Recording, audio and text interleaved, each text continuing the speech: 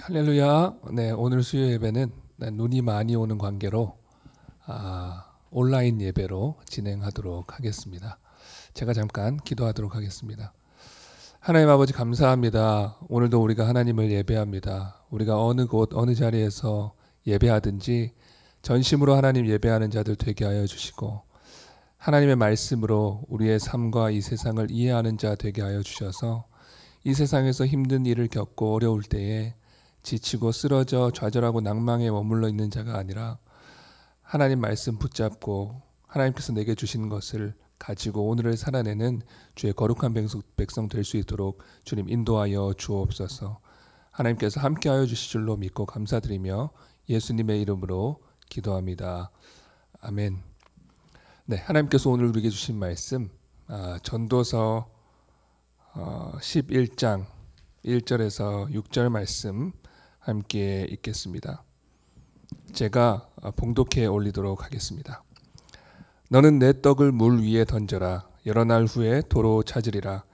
7배개나 8배개 나눠 줄지어다. 무슨 재앙이 땅에 임할는지 네가 알지 못함이니라. 구름에 비가 가득하면 땅에 쏟아지며 나무가 나무로나 북으로나 쓰러지면 그 쓰러진 곳에 그냥 있으리라. 풍세를 살펴보는 자는 파종하지 못할 것이요 구름만 바라보는 자는 거두지 못하리라. 바람의 길이 어떠함과 아이 벤 자의 태에서 뼈가 어떻게 자라는지를 네가 알지 못함 같이 만사를 성취하시는 하나님의 일을 네가 알지 못하느니라. 너는 아침에 씨를 뿌리고 저녁에도 손을 놓지 말라. 이것이 잘 될는지 저것이 잘 될는지 혹 둘이 다 잘 될는지 알지 못함이니라. 아멘. 네, 눈이 너무 많이 와가지고 이런 일이 발생했습니다. 별일이 다 있네요. 정말 어처구니가 없는 것 같습니다. 오늘 지금으로부터 한 30년쯤 됐죠. 한 30년쯤 전에 1993년에 우리나라의 한 세대를 풍미했던 그런 가요가 있었습니다. 그 가요가 대중가요가 얼마나 사람들의 마음을 움직였는지 100만 장 이상 판매가 되고 여러분들도 아마 다 잘 아시는 노래일 것입니다. 이 노래가 사람의 인생과 세상을 핵심을 꿰뚫는 그런 가사를 갖고 있거든요. 제가 그 가사를 한번 읽어드리겠습니다. 세상은 요지경 속이다. 잘난 사람은 잘난 대로 살고 못난 사람은 못난 대로 산다. 야이 아들아, 내 말 좀 들어라. 여기도 작아 저기도 작아 작아가 판친다. 인생 살면 7, 80 화살같이 속히 간다. 정신 차려라. 요지경에 빠진다. 정말 촌철살인이고 정말 삶의 핵심을 꿰뚫는 성경적인 노래가 아닐 수가 없습니다. 이렇게 얘기하죠. 인생 살면 7, 80 화살같이 속히 간다. 정신 차려라. 요지경에 빠진다. 인생 살면 7, 80 화살같이 빨리 간다. 속히 간다. 시편 90편입니다. 우리의 연수가 70이요 강건하면 80이라도 그 연수의 자랑은 수고와 슬픔뿐이요 신속히 가니 우리가 날아가나이다. 인생 70년 80년 사는데 마치 날아가는 것처럼 속히 간다. 하나님께서 우리에게 말씀하신 바와 같은 정말 우리의 인생을 성경적으로 이야기하는 가사가 아닐 수가 없습니다. 이렇게 계속해서 이야기합니다. 싱글벙글 도련님 세상, 방실 아가씨 세상, 영감 상투 삐뚤어지고 할멈 신발 도망갔네. 어허, 이게 도대체 무슨 소리일까요? 도련님일 때, 아가씨일 때, 젊을 때는 이게 싱글벙글 방실하고 즐겁게 살아가지만 이제 할아버지가 되고 할머니가 되면 상투가 삐뚤어지고 신발이 도망가는 그런 어처구니 없는 일이 벌어진다라는 것입니다. 우리는 이 노래 가사를 보면서 공감하지 않을 수 없습니다. 왜냐하면 우리의 세상, 이 살아가는 세상과 인생은 정말로 어처구니 없는 일이 이 요지경 속 같은 일이 벌어지기 때문입니다. 정말 오늘도 우리가 어처구니 없는 일을 겪은 것처럼 이 세상에는 어처구니 없는 일이 너무나도 많죠.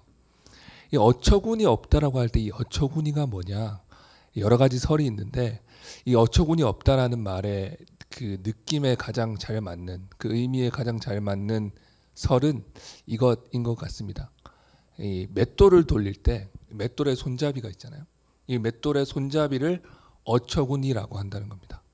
그러니까 이제 열심히 맷돌을 돌려보려고 하는데 이 돌리려고 보니까 손잡이가 없는 거죠. 그 얼마나 어이가 없어요. 이 맷돌 손잡이를 누가 빼서 훔쳐가겠어요? 그 이게 도대체 어디 간지 알 수 없는데 나는 돌려야 되는데 없고 막 이러니까 너무 어처구니가 없는 거죠. 막 이런 어처구니 없는 일이 우리의 삶에 있지 않습니까?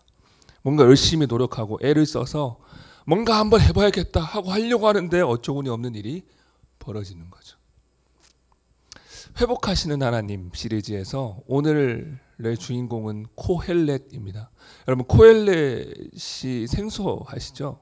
코헬렛이라는 이름은 사람 이름은 아니고 어떤 역할의 이름입니다. 어떤 역할.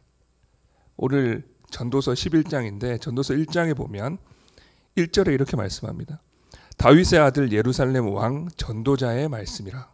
여기서 전도자가 코헬렛입니다. 그럼 이 전도자가 누굴까요? 다윗의 아들 예루살렘 왕이라고 했으니까 솔로몬이겠죠. 솔로몬이 전도서를 썼거든요. 그래서 이 전도자는 역할의 이름, 코헬렛은 전도자라는 역할의 이름이고 이 전도자는 솔로몬인 겁니다.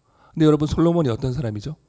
가장 지혜로운 사람, 세상에서 가장 지혜로운 사람, 하나님께 지혜를 구해서 지혜를 얻었던 그 지혜로운 사람이잖아요. 그래서 이 코헬렛이라는 말은 전도자라고도 읽을 수 있지만 지혜자라는 표현이 더 잘 어울리기도 합니다. 지혜자. 이 전도서는 이 지혜자인 솔로몬이 인생에 대해서, 세상에 대해서 이야기해주는 그런 내용이라고 볼 수 있습니다. 근데 이 지혜자가, 이 솔로몬이 지금 너무 깊은 고뇌에 빠졌습니다. 지금 고민이 너무 많은 거예요. 거의 미칠 지경인 겁니다. 2절에 이렇게 얘기합니다. 2절을 한번 히브리어로 읽어보면 이렇게 됩니다. 코헬렛 아마르. 코헬렛 아마르. 아마르라는 것은 말하다라는 뜻이거든요. 그러니까 전도자가 이르되 헤벨 헤벨 헤벨 헤벨 콜 헤벨 이럽니다. 헤벨이란 말은 헛되다, 공허하다, 무의미하다, 덧없다, 수수께끼 같다, 모르겠다, 알 수 없다 이런 뜻입니다. 헤벨 헤벨 헤벨 헤벨 콜 헤벨. 헛되고 헛되며 헛되고 헛되니 모든 것이 헛되도다. 이 전도자가, 이 지혜자가, 이 코헬렛이 솔로몬이 이 인생에 대해서, 세상에 대해서 헛되고 헛되며 헛되고 헛되니 모든 것이 헛되다 라고 이야기하고 있다는 것입니다. 그러니까 이 사람은 지금 인생을 한평생 살고 나서 이 인생이 너무 덧없고 너무 무슨 인생인지 알 수가 없어서 답답해서 죽으려고 하는 상황이라는 것입니다. 인생에 대해서 설명해 주는 사람, 세상에서 대해서 설명해 주는 이 지혜자가 세상, 인생 뭔지 모르겠다라고 얘기하는 거죠. 여러분 여기서 우리가 주목해야 될 사실은 이 인생 헛되다 헛되다 헛되다 헛되다라고 이야기하는, 인생 모르겠다라고 하는, 덧없다고 이야기하는 이 사람이 왕이라는 것입니다. 그것도 솔로몬 왕이죠. 여러분 솔로몬 왕은 세상에서 가장 부강한 나라를 이루었던 사람이잖아요. 이 솔로몬 때에 얼마나 부강했는지, 이 나라에 금과 은이 너무 많아서 금도 정말 많고 은은 이 길에서 돌멩이처럼 밟힐 정도라고 했습니다. 솔로몬이 아내가 1000명이었죠. 주위 나라에서 예루살렘, 이스라엘을 구경하러 왔었습니다. 너무 잘 살고 솔로몬이 너무 대단하니까. 그래서 솔로몬은 모르는 게 없었다. 성경에서 이렇게 얘기하거든요. 가장 지혜롭고 가장 돈 많고 가장 명예롭고 가장 지위도 높은, 아주 이 세상에서 성공을 끝까지 갔던 사람이 솔로몬입니다. 근데 이 솔로몬이 이 인생, 이 세상이 헛되고 헛되며 헛되고 헛되니 모든 것이 헛되다, 이 인생 나는 알 수 없다, 이게 뭔지 모르겠다라고 괴로워하고 고뇌하고 있다는 것은 이 세상이 헛되다고 느끼는 것은 어떤 실패자, 어떤 이 세상에 나고자 인생이 마음대로 풀리지 않은 사람만이, 소수만이 가지는 생각이 아니라는 거죠. 가장 성공하는 사람도 가질 수밖에 없는, 어쩌면 이 세상과 이 인생의 본질이라는 것입니다. 인생은 알 수 없다. 이 세상은 알 수 없다. 헛되다. 덧없다. 그럼 도대체 이 전도자 코헬렛, 이 지혜자인 솔로몬은 도대체 뭐 때문에 이 세상이 너무나도 헛되고 알 수 없고 이해할 수 없다 이렇게 얘기하는 걸까요? 그것은 이 솔로몬이 자기가 아는 것, 자기가 믿는 것하고 이 세상의 현실이 너무 다르다고 느꼈기 때문입니다. 이 지혜자는 하나님을 아는 사람이거든요. 하나님을 알고 하나님을 믿는 사람이죠. 하나님이 어떤 분인지 나는 아는데, 하나님은 선한 분이잖아요. 하나님은 선하시고 전능하시고 완전하신 분이 세상을 만드셨습니다. 그러면 세상도 선해야 되잖아요. 세상도 합리적으로 이해가 돼야 되잖아요. 근데 이게 너무 안 맞는 거죠. 선하신 하나님이 만드신 이 세상이 너무나도 불합리한 겁니다. 이상한 일들이 너무나도 많이 벌어지는 거예요. 여러분, 세상을 살다 보면 우리가 다 느끼지 않습니까? 세상에는 이상한 일들이 너무나도 많이 일어나죠. 오늘과 같은 갑자기 대폭설이 일어나서 저는 집에 어떻게 가야 될지 모르겠어요. 이런 상황이 일어난다는 거죠, 세상에는. 그래서 이 지혜자가 처음에는 자기가 알고 있는 선에서 결론을 내리려고 했습니다. 알고 있는 선에서 정리를 하려고 했어요. 그게 뭐냐? 이 코헬렛, 지혜자들이 가지고 있었던 전통적인 답이 있거든요. 그게 성경의 잠언과 같은 것, 그 잠언과 같은 지혜의 글들이 가지고 있는 핵심적인 생각이 있거든요. 그게 뭐냐면 이 세상 잘 살아가는 방법이 있다는 거예요. 이 세상을 잘 살아가는 방법이 뭐냐? 두 가지 대립되는 것 중에 옳은 것을 고르면서 살아가면 된다는 거예요. 대표적으로 두 가지 대립되는 것에 세 쌍이 있습니다. 그 세 쌍이 뭐냐? 첫 번째는 지혜로운 것과 어리석은 거예요. 그러니까 지혜로운 것과 어리석은 것 중에 무조건 지혜로운 것 선택하면 된다라는 거고요. 그리고 두 번째는 의로운 것과 악한 것입니다. 그러니까 의로운 것, 선한 것, 악한 것 중에서는 선하고 의로운 것 선택하면 된다는 거예요. 그리고 마지막은 경건한 것과 불경건한 것입니다. 경건한 것과 불경건한 것들 가운데 경건한 것들을 선택하면서 살면 된다는 거예요. 그러니까 지혜로운 것과 어리석은 것, 지적인 영역이죠. 그리고 선한 것과 악한 것, 의로운 것과 악한 것은 무엇입니까? 윤리적인 것이죠.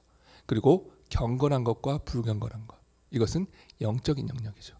그러니까 지적 영역, 윤리적 영역, 영적인 영역에서 언제나 옳은 것을 선택하고 살아가면 된다는 거예요. 이게 답이라는 겁니다. 여러분, 잠언이 이야기하는 것이 이런 전통, 지혜 문학의 전통에 따라서 이야기하는 것입니다. 근데 옳은 말이잖아요. 성경이 우리에게 말씀하는 바 아닙니까? 지혜로운 자가 되라, 의롭게 살아라, 경건하게 살아라. 이것이 성경이 우리에게 말씀하는 바잖아요. 그래서 이 지혜자가, 이 코헬렛이 이것으로 결론을 내리고자 했는데, 문제는 뭐냐면 이것으로 정리가 안 되는 거예요. 이것으로 답이 내려지지가 않는 겁니다. 왜냐? 이것으로부터 벗어나는 일들이 너무나도 많더라는 거죠. 그냥 단순히 두 가지 대립되는 것 중에 옳은 것을 선택하는 것으로 이 세상이 설명이 안 되더라는 거예요. 대표적으로 어떤 일들이 있는가?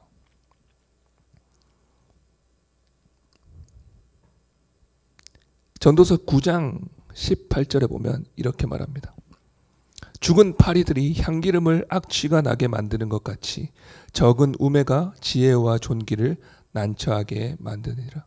마치 죽은 파리들이 향기름을 악취가 나게 만드는 것처럼 지혜로운 자들이 지혜롭게 살아서 좋게 잘 쌓아놓은 것들을 어리석은 자 한 명이 와서 완전히 무너뜨리더라는 거예요. 그러니까 지혜롭게 선택했던 것들이 물거품이 되도록 하는 어리석음이 있더라는 겁니다. 그럼 이것은 어리석음의 영향력이 너무나도 큰 거잖아요. 다른 모든 것을 수포로 되돌릴 수 있을 만큼. 그럼 이게 지혜롭게 선택하는 것이 도대체 무슨 의미가 있는가라는 의문을 갖게 되잖아요. 그리고 5절 6절 이야기합니다. 10장의 5절 6절. 내가 해 아래에서 한 가지 재난을 보았노니 곧 주권자에게서 나오는 허물이라. 우매한 자가 크게 높은 지위들을 얻고 부자들이 낮은 지위에 앉는도다. 한 가지 재난을 봤는데 우매한 자가 높은 지위에 앉더라는 거예요. 지혜를 선택했을 때 좋은 결과를 얻는 게 아니라 어리석은 자인데 어리석은 것을 선택하면서 살았는데 그 어리석은 자가 지혜로운 자들까지도 다 다스리는 높은 지위에 올라서 많은 사람들에게 영향력을 끼치더라는 거죠. 이것은 재난이잖아요. 어리석은 자가 다스리는 것이 얼마나 재난인지 우리 주변에서도 그런 일들을 많이 겪지 않습니까? 어리석은 자들, 우매한 자들이 리더의 자리에 올라서 그 다스리는 모든 사람들을 힘들게 하는 일들을 우리도 겪고 있지 않습니까? 지혜와 어리석은 것 중에 지혜를 선택하면 된다고 했는데 그렇게 살아가면 이 세상 살아가는데 문제가 없다고 했는데 지혜를 선택했음에도 불구하고 그 반대의 일이 일어나 버리니까 이게 이해가 안 되는 거죠. 이런 일들이 있다라는 겁니다. 그리고 또 다른 이야기들이 있습니다. 전도서 10장 8절에 보니까 함정을 파는 자는 거기에 빠질 것이요 담을 허는 자는 뱀에게 물리리라 이렇게 말씀합니다. 이거는 당연한 것입니다. 함정을 판다. 함정을 파는 자가 자기가 판 함정에 자기가 걸릴 것이다. 그러니까 누군가를 함정에 빠뜨리려고 악한 일을 행한 자는 자기가 그 악한 일에 걸려들게 될 것이다 라고 말씀하는 거죠. 여기서 담을 헌다. 담을 허는 자는 뱀에게 물리리라 이렇게 돼 있는데 담을 허는 자는 집을 터는 겁니다. 그러니까 도둑질을 하기 위해서 하는 거거든요. 도둑질을 한다는 의미입니다. 그러니까 도둑질을 하려는 자, 악한 일을 저지르려는 자, 그 일을 하다가 뱀에게 물리는 일이 있을 것이다. 이렇게 얘기하는 겁니다. 그러면 우리가 알고 있는 그 전통에 잘 맞죠. 선함과 의로움과 악함 중에 의롭고 선한 일을 선택하면 된다라고 했으니까 그 말대로 악한 것을 선택했더니 자기가 선택한 악에 의해서 자기 발목을 잡히게 된다라는 의미니까 이 전통에 맞는데 이런 일이 또 있습니다. 10장 9절에서 11절에 보면 이렇게 말씀합니다. 돌들을 떠내는 자는 그로 말미암아 상할 것이요 나무들을 쪼개는 자는 그로 말미암아 위험을 당하리라. 철 연장이 무디어졌는데도 나를 갈지 아니하면 힘이 더 드느니라. 오직 지혜는 성공하기에 유익하니라. 주술을 베풀기 전에 뱀에게 물렸으면 술객은 소용이 없느니라. 이게 무슨 말이냐? 돌들을 떠내는 일을 하고 나무를 빼는 일을 하고 이런 사람들은 아주 평범하고 일상적인 일이잖아요. 그러니까 생계를 위해서 그냥 늘 하는 일을 선한 일을 하는 겁니다. 누구에게도 피해 줄 일이 없잖아요. 근데 이런 악하지 않은 일을 할 때에도 다치게 되는 사고를 당하게 되는 일들이 있더라는 겁니다. 그러니까 악한 일을 하지 않았어요. 선한 일을 했습니다. 내가 해야 할 일을 한 거예요. 그럼에도 불구하고 내가 사고를 당한 일이 있다. 주술을 베푸는 술객, 그러니까 자기가 하는 일을 하는 거거든요. 뱀을 다루는 그 일을 하는 거예요. 근데 그 일을 했을 때 악한 일을 하지 않았음에도 불구하고 뱀에게 물리는 사고를 나쁜 일을 당하는 일이 있더라는 겁니다. 의롭고 선한 것을 선택하고 악한 것을 선택하지 말라. 그렇게 하면 된다라고 해서 그렇게 했는데 선한 일을 선택했음에도 불구하고 내가 사고를 당하는 그런 어처구니 없는 일들이 이 세상에는 너무나도 많더라는 것입니다. 그리고 마지막으로 10장 19절에 이렇게 말씀합니다. 잔치는 희락을 위하여 베푸는 것이요 포도주는 생명을 기쁘게 하는 것이나 돈은 범사에 이용되느니라. 돈은 범사에 이용되느니라. 돈이 범사에 이용된다는 게 왜 잘못된 말이죠? 돈이 범사에 이용되는 거잖아요. 근데 이 돈이 범사에 이용된다라는 말이 이 원어를 그대로 해석하면 돈은 모든 것의 답이다라는 뜻입니다. 돈은 모든 것의 답이다라는 뜻이에요. 여러분 공감이 되십니까? 돈이 모든 것의 답이 되는 것이 사실이죠. 경건하게 살아라 해서 돈과 하나님을 겸하여 섬길 수 없다.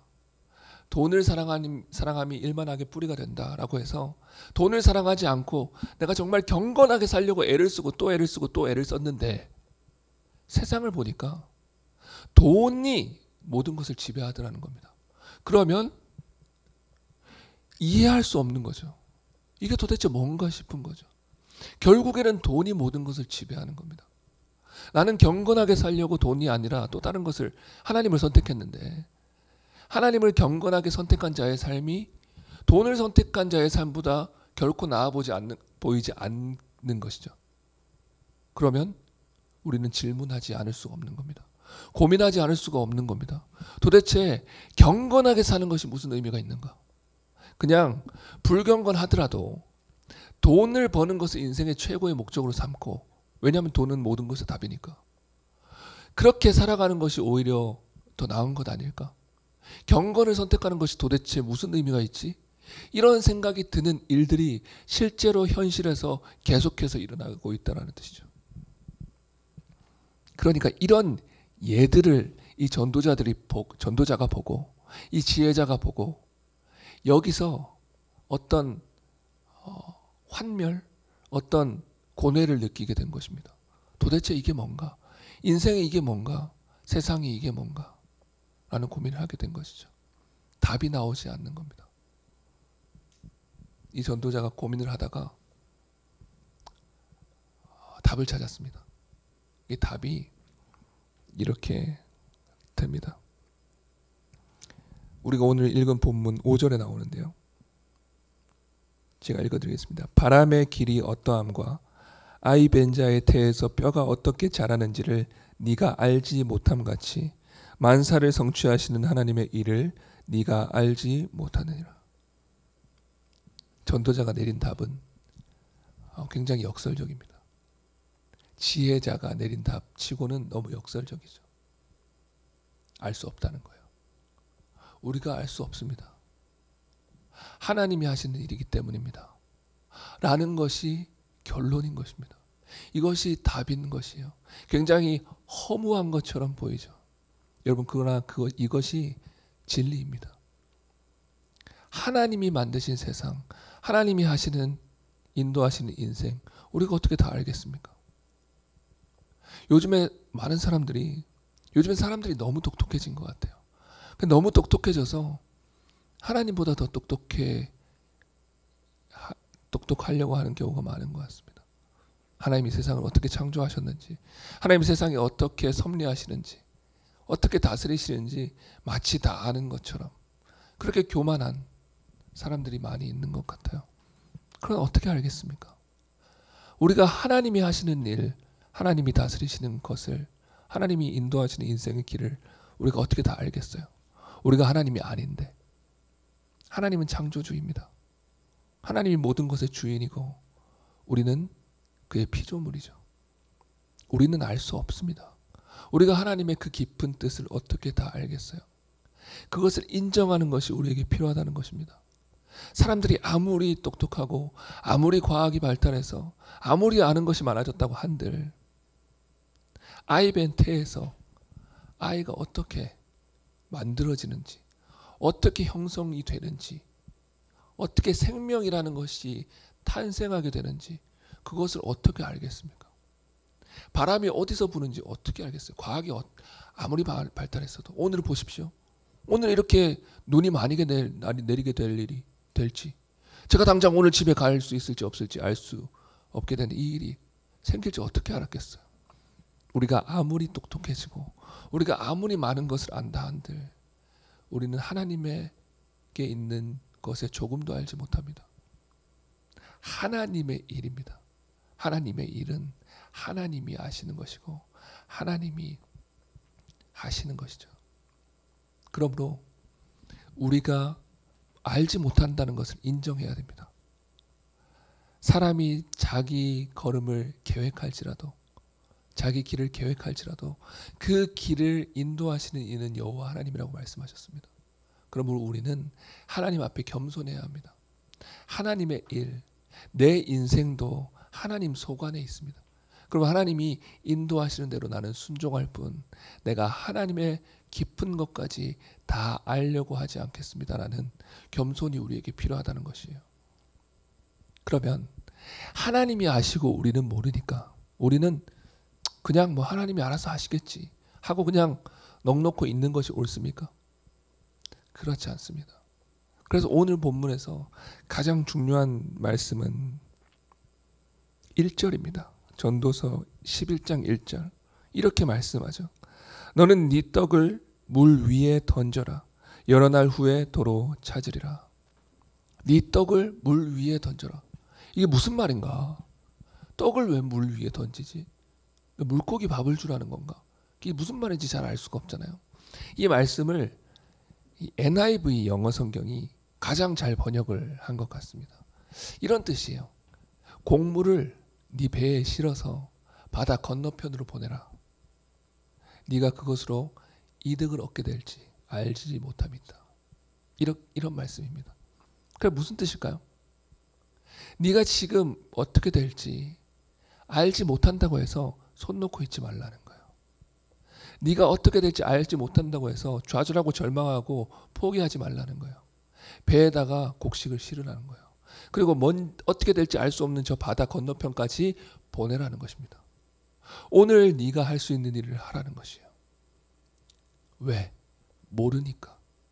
모르니까 하나님의 일이 어떻게 될지 알 수 없으니까 모르겠다 하고 넋놓고 있는 것이 아니라 모르니까 어떻게 될지 알 수가 없으니까 오늘 하루에 해야 할 일을 하라는 것입니다. 하나님이 그 일을 통해서 어떠한 역사를 이루실 수 있고 이룰 것이기 때문이죠. 그래서 말씀하는 것입니다. 너는 아침에 씨를 뿌리고 저녁에도 손을 놓지 말라. 아침에 네가 해야 할 분량의 일, 씨를 뿌리고 저녁이 될 때까지 그 일이 어떻게 될지 알 수 없다 할지라도 네 손을 절대 놓지 마라. 그 붙잡은 손을 절대 놓지 마라.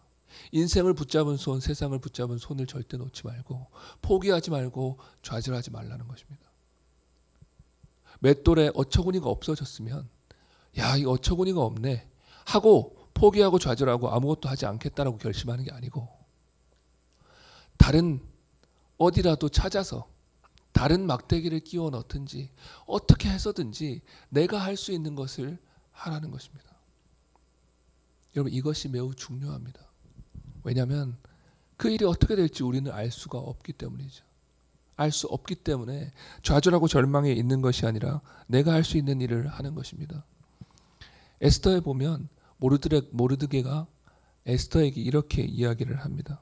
4장 14절에 보면 네가 왕후의 자리를 얻은 것이 이때를 위함이 아닌지 누가 알겠느냐.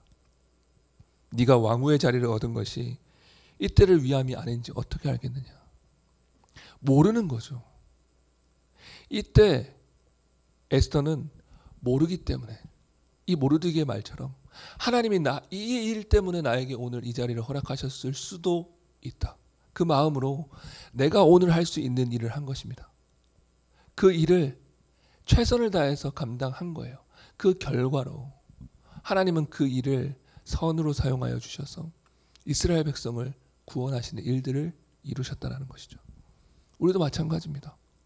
우리의 인생에 때로는 어처구니 없는 일이 일어나고 때로는 도대체 이 일이 왜 일어나나 세상은 정말 이해할 수 없다. 내 인생을 정말 이해할 수 없다라는 생각이 들 때에 우리는 보통 좌절하고 절망하고 주저앉아 있고 싶어 합니다. 그냥 손을 놓고 싶어요. 그러나 하나님께서는 그렇게 해서는 안 된다는 거예요.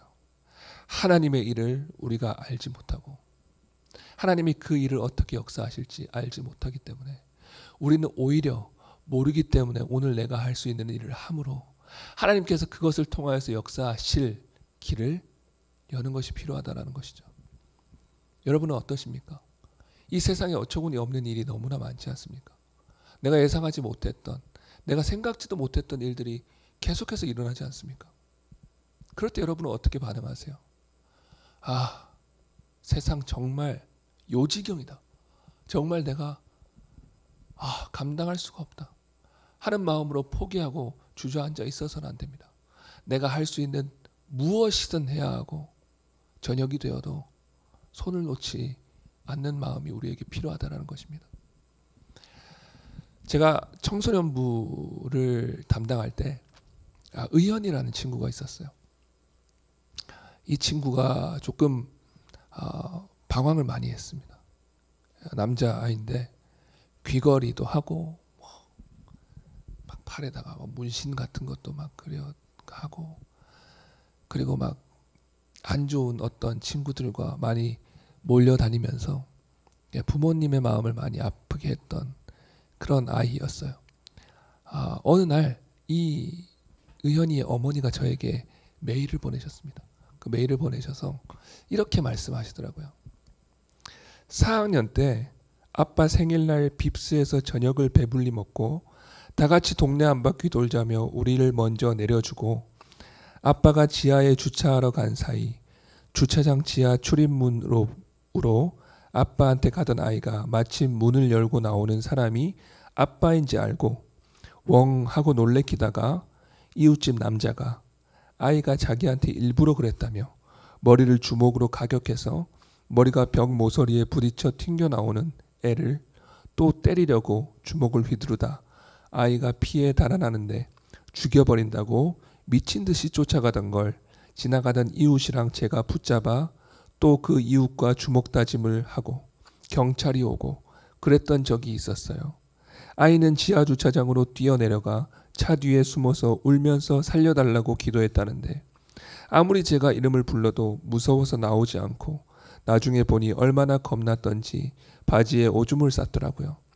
그 이후로 한동안 조그만 소리가 나도 깜짝 놀라고 지나가는 사람이 뭐라고 하면 자기한테 뭐라 한다 하고 누구랑 부딪히려 하면 기절할 듯이 놀래 자빠지곤 했답니다. 어머니가 이 의현이란 아이가 왜 그렇게 있는지, 왜 그렇게 생활하는지를 저에게 설명하시고자 지난 사연을 얘기하신 겁니다. 의현이가 11살 때 이런 일을 당한 거예요. 여러분, 11살짜리 이 아이가 도대체 왜 이런 일을 당해야 되죠? 무슨 잘못을 했죠? 도대체 이 아이의 인생에는 왜 이런 일이 일어나죠? 왜 이런 일은 어처구니 없는 일이 일어나서 이 아이의 인생, 이 아이의 마음을 다 죽여버려서 더 이상 살 소망도 의욕도 가지지 못한 채 이 세상을 방황하며 살아가게 해야 했을까요? 도대체 세상에는 왜 이런 일이 있고 이 의현이의 인생에는 왜 이런 일이 있었어야 했겠습니까? 알 수가 없죠. 알 수가 없습니다. 누구도 이걸 설명할 수 없어요. 세상에서 일어나는 이 일을 어떻게 설명하겠어요? 여러분도 이런 경험들이 많이 있지 않습니까? 혹은 여러분의 자녀들의 인생에 이런 일을 겪은 때가 있지 않습니까? 도대체 그 아이들이 도대체 내가 무슨 잘못을 했길래 내 인생에는 왜 이런 일이 일어나는가? 이런 일이 많죠. 이럴 때 우리는 어떻게 해야 될까요? 인생을 포기하고 좌절하고 그냥 사라지는 대로 그냥 포기한 채로 그냥 세월을 흘려보내야 될까요? 의현이는 그렇게 하고 있었거든요. 의현이는 그냥 그렇게 인생을 흘려보내고 그냥 생각나는 대로 원하는 대로 친구들과 어울리면서 살고 있었습니다. 손을 놓고 있었던 거죠. 그러나 하나님이 말씀하셨습니다.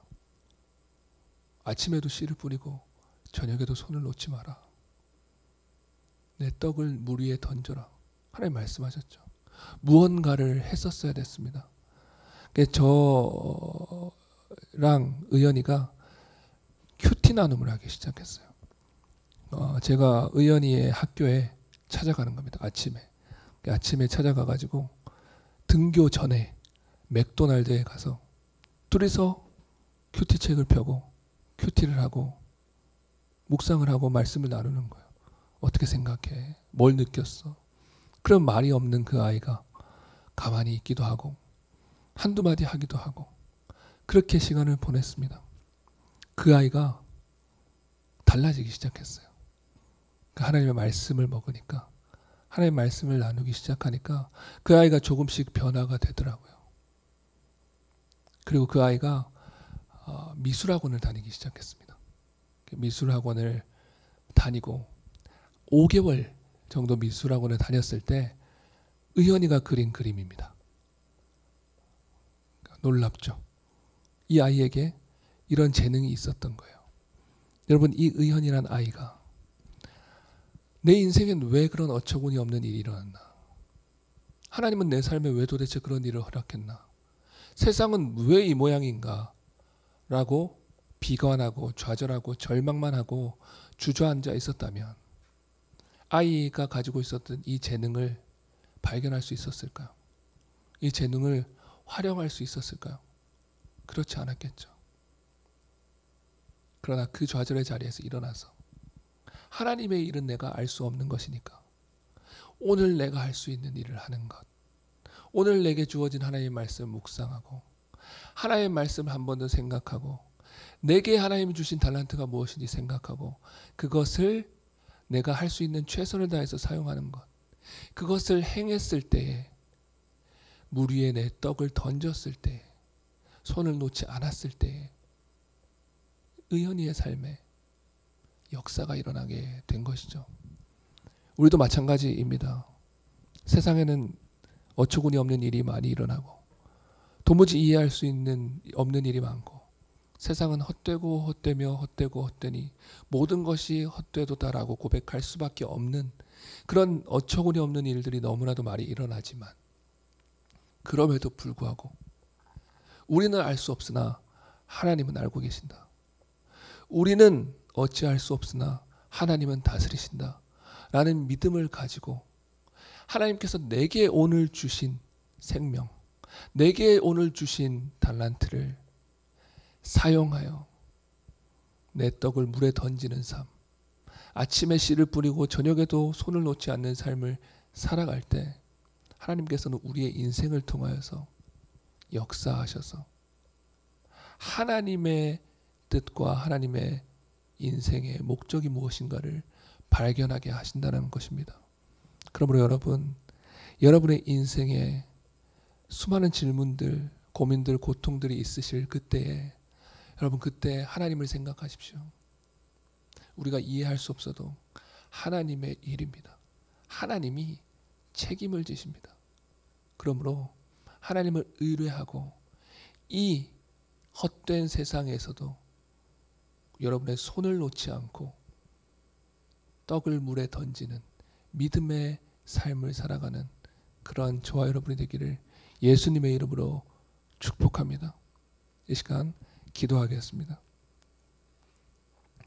이 시간 같이 한번 기도하면 좋겠습니다. 하나님, 우리 인생에 때로는 이해할 수 없는 일이 일어나고 납득할 수 없는 일이 일어날 때가 있습니다. 하나님, 그때 나는 좌절하고 절망하고 손을 놓아버리고 싶은 마음을 느낄 때가 너무나도 많이 있었습니다. 그러나 주님, 하나님이 포기하라고 허락하지 않으셨는데 포기하는 자 되지 않게 하여 주십시오. 내게 오늘 주신 것을 사용하여 오늘을 살아내는 자 되게 하여 주십시오. 씨를 뿌리는 자 되게 하여 주시고 곡식을 배에 실어 알 수 없는 바다 건너로 보내는 자 되게 하여 주시옵소서. 그리하여 하나님의 역사를 경험하는 우리가 되게 하여 주옵소서. 이 시간 함께 기도하시겠습니다. 사랑하는 주님, 우리 인생을 붙드시고 우리 인생을 감찰하시며 우리 인생을 인도하시는 주님, 하나님, 우리가 주님 의뢰하고 신뢰하며 나아가기를 소망합니다. 하나님, 이 세상 살아가는 과정 가운데 우리가 알 수 없는 것, 우리가 이해할 수 없는 것 만날 때에 그 자리에 주저앉아서 원망하며 하나님께 불평을 쏟아내며 살아가는 인생 되지 않게 하여 주시고, 하나님, 그럼에도 불구하고 하나님의 일에는 하나님의 뜻이 있다는 사실을 기억하며 하나님의 뜻을 발견하기 위하여 애쓰고 오늘 내가 할 수 있는 일을 하는 자들 될 수 있도록 주님 인도하여 주옵소서. 하나님, 우리의 인생을 축복하여 주시사 겸손케 하여 주셔서 하나님이 우리의 인생을 책임지시고 이끄신다는 사실을 기억하게 하여 주시고 그 인생을 하나님을 위하여 최선을 다해 살아낼 수 있는 우리가 될 수 있도록 주님 인도하여 주옵소서. 사랑하는 주님, 감사합니다. 우리가 인생을 살아가는 가운데, 이 세상을 걸어가는 가운데 이해할 수 없는 수많은 것들이 있음을 인정하지 않을 수 없습니다. 하나님, 세상은 불합리한 일들이 있고 덧없는 것처럼 보이고 헛되고 헛된 것처럼 보이나 하나님, 우리가 알지 못하는 것뿐이고 하나님에게는 하나님의 뜻이 있는 줄로 믿습니다. 하나님은 실수가 없으시고 하나님은 완전하고 완벽하신 분인 줄로 믿습니다. 하나님, 우리가 겸손한 마음 갖게 하여 주셔서 하나님은 아신다, 하나님은 다스리신다 라는 믿음 가지고 걸어갈 수 있도록 주님 인도하여 주옵소서.